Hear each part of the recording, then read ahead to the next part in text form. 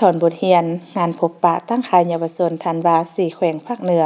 ตอนเช้าวันที่29เมษายน2026ที่ห้องประชุมชั้น5สำนักงานปกครองแขวงพงศาลี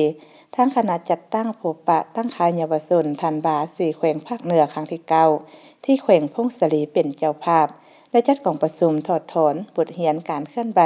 พบปะตั้งค่ายเยาวชนธันวา4แขวงภาคเหนือครั้งที่9ในระหว่างวันที่27-30เมษายน2026โดยการเข้าร่วมเป็นคณะประธานของท่านนางวิไลวรรณวงศ์ภักดีกรรมการคณะบริหารงานส่วนกลางสาวนุ่งประชาชนปฏิบัติลาวว่าการแทนหัวหน้ากรมเยาวชนมีท่านหุ่มพันธ์จันทรากรรมการพักแขวง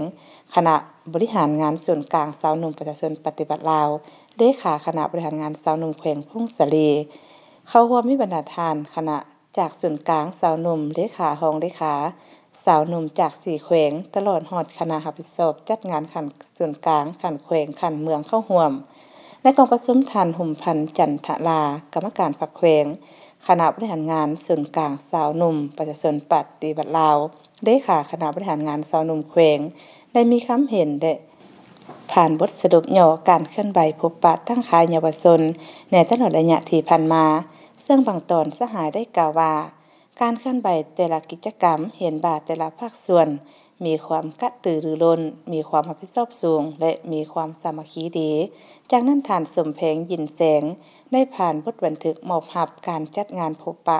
ตั้งค่ายเยาวชนธันวา4แขวงภาคเหนือเขต1ครั้งที่10รอบเวียนที่2ที่แขวงบ่อแก้วเป็นเจ้าภาพพร้อมนี้บรรดาท่านที่เข้าร่วมกองประชุมได้ผลัดเปลี่ยนการประกอบความคิดความเห็นต่อบทสรุปอย่างโกงไปโกงมาทั้งนี้ก็เพื่อเฮ็ดให้การจัดตั้งปฏิบัติเปียกงานโดยเฉพาะแม่นการจัดตั้งเคลื่อนไหวการจัดงานพบปะตั้งค่ายเยาวชนธันวาในต่อหน้าให้มีผลสำเร็จดีขึ้นกว่าเก่าและมีประสิทธิภาพสูง